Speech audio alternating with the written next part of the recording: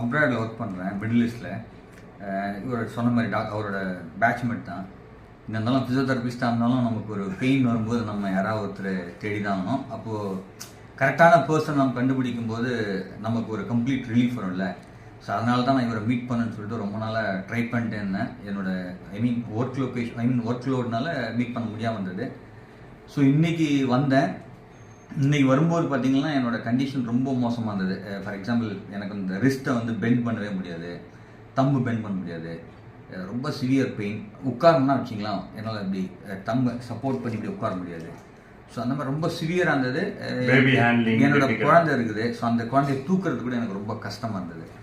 So அந்த pain என்ன பண்ணுறதுன்னு தெரியாது. ஆனால் இருந்தாலும் நான் ஆல்ரெடி ஃபிசியோன்றதுனால நானும் அல்ட்ராசவுண்ட்லாம் கொடுத்து ட்ரை பண்ணிட்டு இருந்தேன். ஆனால் அந்த பெயின் ரிலீஸ் ஆகலை.